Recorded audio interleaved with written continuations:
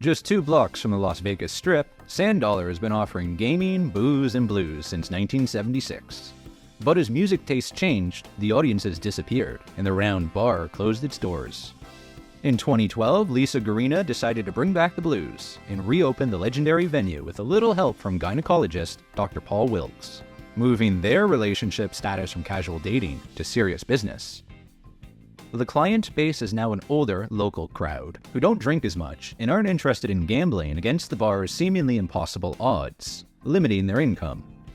Single mom Lisa's 10% stake in the business only pays if the bar profits, so she's 100% committed to its success. That means she spends much of her time taking shifts behind the bar instead of managing it. Whiskey, and that's pickle juice. I'm good on that. It's delicious.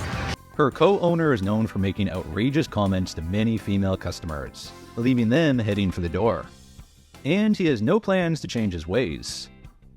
When Paul is in our bar, he's got no filter. What's the most orgasms you've had in one session? With $300,000 of debt and just 5 months to turn their fortunes around, the stakes are high. The bar needs to attract Vegas's well-paid hospitality workers, along with their share of the lucrative slots revenue. So Lisa has called in Jon Taffer to try and improve their hand.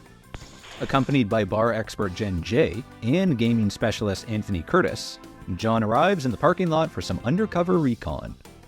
The outside of the business is confusing, with nothing about the name or signage to suggest a bar or gambling venue. As he's hoping to attract locals, Taffer has asked his wife Nicole and her friend, who both live in the area, to head inside. The bar is virtually empty, and only 2 of the 14 slot machines are in use. The ladies order their drinks, which are served with incorrect ingredients and in plastic cups.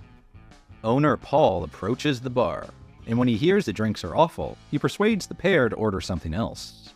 With no food available, they go for another cocktail to give the team a second chance.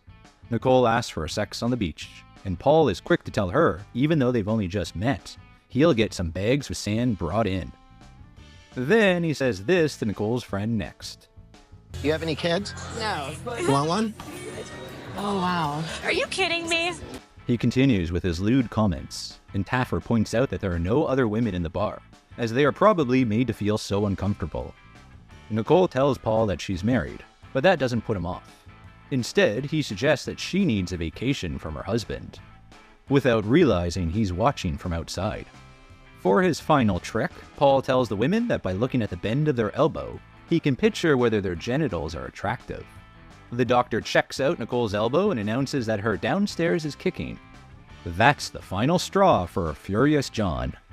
He storms into the building. Nicole has called out the owner's disgusting behavior, and he's walked away, moving on to the pool table with friends. Taffer calls him out for hitting on his wife, and a defiant Paul replies that it isn't true. I'm not hitting on your wife. If I were hitting on your wife, we'd already be out of here. And Jon is raging, telling Paul that he doesn't know whether he wants to carry out the bar rescue. He and Nicole leave, as a disappointed Lisa watches on quietly. The next day, Jon has decided that despite the disagreement about Paul degrading Nicole, he will return to the bar and give the doctor a chance to apologize to his wife. And he does just that. Looking troubled and a little anxious, Paul asks for Nicole's forgiveness, and tearfully shares that Lisa rescued him after a difficult divorce, and he wants the bar to succeed to provide her and her son with a secure future. They all shake hands and agree to move on. The rescue starts with a staff meeting. Lisa shares that she is so busy running the bar that she doesn't have time to babysit her employees, and she feels that some of them just don't care. They tell her bartender Polly has spoken negatively about her and her gaming promotions, and Taffer tells her it's time to take control and regain her staff's respect. She sits down to listen to their complaints. Lisa is challenged about taking shifts behind the bar, which she states is purely for money, but her staff feels it's down to a lack of trust in them. Lisa becomes angry, saying it's not due to an inability to delegate, but a lack of support from employees who actually care about their jobs. Paul thinks that as he had to accept his own mistakes the previous night, she needs to do the same. When they regroup, Taffer tells her that respect is earned, and she needs to reestablish herself as the manager, not a bartender. Anthony reminds the team how important gaming revenue is for the bar. Next, it's time for bar expert Jen, who is unimpressed by the plastic cups and dirty surfaces, telling the staff it's like a frat party. Finding roaches crawling on the floor is the final disgusting touch. This should not be behind a bar, guys. Lisa admits it's not a one-off. Gross. It's time to start bar training. None of the bartenders are able to list the ingredients for common cocktails. And when they're shown how to make a drink, they don't seem to be able to remember them. Lisa's role will not be behind the bar. Instead, she will be monitoring the gamers using the machines, keeping high-value players in place for as long as possible. For the stress test, 100 customers will be offered a choice of 3 drinks, and a blues band will be providing the entertainment. The bar is busy and mistakes start being made. Jen brings in a cowbell, which she rings every time they mess up. It rings a lot throughout the evening. Service is slow and customers are getting frustrated. Bartender Polly is eventually pulled out from behind the bar and replaced to speed things up. Luckily, Dr. Wilkes is on hand to help out with the customers. But can the ladies' man stay focused? 2 lemon drops and 2 fuzzy maples. 2 lemon drops, 2 big Tonight, Excuse me. it's like the holy grail of Against the odds, Paul remains engaged and undistracted and keeps chasing sales instead of women. Lisa isn't doing so well with her goals and is struggling to stay away from serving drinks. The gaming machines are busy, though customers aren't winning. They're leaving because the pay rates aren't high enough, and the blues band isn't keeping them happy. Jen points out that only 3% of Americans list blues as a favorite music genre, but Lisa struggles to accept that it might be time for something new. The next day, Taffer is ready to make some big changes, starting with the name. He feels the brand has been compromised, and a fresh start is needed. Inside, Anthony recommends raising the machine payouts, as more regular wins encourage customers to stay longer and drink more. Lisa gets anxious when a gambler wins big, but Jon tells her she should be embracing and publicizing those wins to get more customers into open seats. He also admits they need to be providing some kind of food to keep players happy and comfortable. Jon's team has created a range of new cocktails for the venue, each to be served in a beer mug, with a foamy top. The unique range of fresh and fruity drinks will require additional training for the bartenders, and Polly in particular takes to the new recipes immediately. Overnight, the building has been given a much-needed facelift. Now known as Bar 702, the area code for Las Vegas, there is a bold and bright frontage, and a contemporary interior complete with a tribute wall as memory of the bar's blues-based past. A mugshot photo area will encourage social media promotion to spread the word among locals. To solve the problem with food service, they have simply cut a window through to the Vietnamese restaurant next door and created 3 dishes that can be ordered online and passed through to customers. Finally, a local band will be providing the entertainment. It's time to open the doors. Visitors are enjoying the new cocktails and the convenient food options. And as for the gamers, a few of them have very quickly become winners. Lisa is overseeing the entire business and is making fast decisions to keep drinks flowing and customers happy. As the band plays, Paula and Lisa say a warm goodbye to mentor Jon as he leaves them and Bar 702 behind. Yes. Phenomenal, Jon. Thank you so very much. Congratulations. Thank you for everything.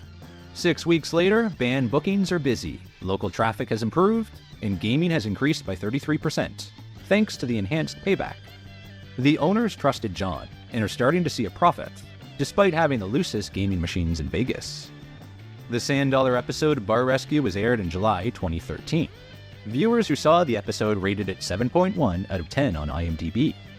Many others weren't able to find it on streaming platforms because it was temporarily removed, leading to some confusion over episode numbers. That's apparently because bar owner Paul didn't have a fabulous time during Taffer's visit to fabulous Las Vegas. In April 2014, Paul filed a lawsuit against Jon Taffer, his wife Nicole, and the Bar Rescue production company. He was seeking damages for assault, battery, and intentional emotional distress that allegedly took place during the filming in February 2013. The court documents give an interesting account of an alleged violent scuffle which the doctor alleges was the result of a setup by the production crew. In September 2012, soon after the Sand Dollar reopened, Paul Wilkes contacted Bar Rescue through its casting company expressing an interest in appearing on the show alongside co-owner Lisa. Audition tapes were recorded a couple months later, and Paul reports that he was encouraged to be outlandish in order to make it through the casting process. The Sand Dollar got through to the shortlist of 3 Las Vegas bars, with a proposed angle portraying him as a nice but inexperienced doctor. At the same time, he was told to play to the cameras to make sure Taffer chose his bar. When the recording took place a few days later, Paul says he was repeatedly told to make more outrageous comments and direct them toward Nicole. And according to the court papers, Lisa was apparently being sent similar instructions via text while the cameras were rolling. In the seconds before Jon storms into the bar, she can clearly be seen reading messages on her phone. After allegedly arranging for a drink to be placed on the bar near where he planned to confront the doctor, a seemingly furious Taffer made his entrance. The claims made about what happened next between Jon and Paul are very different to the shouting match that made it into the final edit. Dr. Wilkes alleges that Taffer spat on him, tore buttons from his shirt, threw a drink over him, and punched him in the face. When Jon and Nicole were filmed leaving the bar, there was no evidence that this attack had taken place, or was there?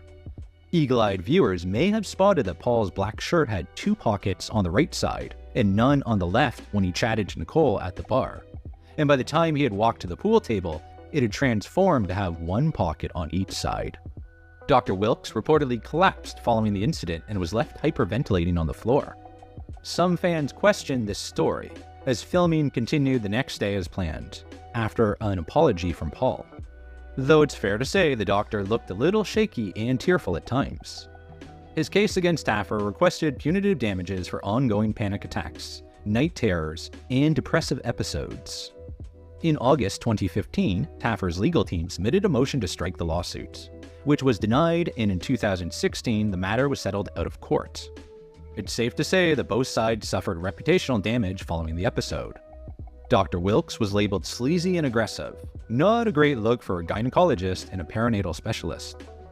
And Jon was accused of scripting the reality show to attract higher ratings. As for the Sand Dollar, or Bar 702 as it was rebranded, is it still open today? Well, yes and no.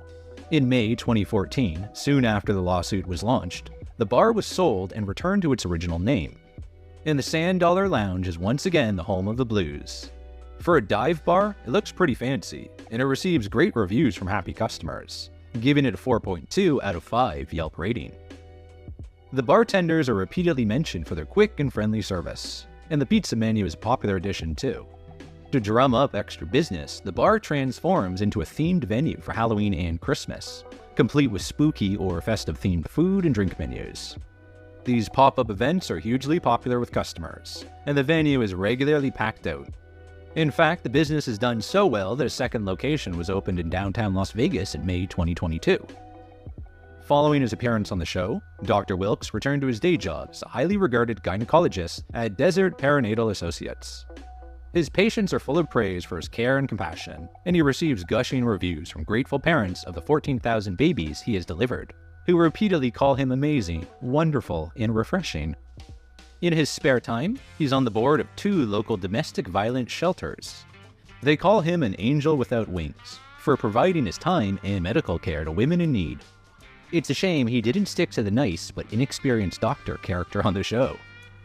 In 2023, Dr. Wilkes spoke openly and honestly about his past alcohol and drug addiction issues, and the impact it had on his ex-wife and their 3 children. That history makes his purchase of a Vegas dive bar an interesting choice. He shared that he spends time writing, traveling, and throwing himself into CrossFit to keep himself healthy and help overcome the toughest times. We also have an update on co-owner Lisa. Following a series of bar manager roles, Lisa has spent almost 10 years as a gaming bartender at Copper Keg North in Vegas. It looks like she's thoroughly enjoying her time there. She posts lots of family photos online, including from her 40th birthday celebrations, and her wedding in 2023, where she wore a striking black dress to walk down the aisle. And she's still hustling. Alongside her bar job, Lisa achieved her real estate license in 2022 and started taking on clients immediately. Plus, her current Facebook profile lists her as a lip guru. We wish her luck as she continues to build her empire. As a final note, some viewers commented on the episode's title, "Don't Mess with Taffer's Wife." Jon regularly uses his wife Nicole for recon at some of the worst bars he visits.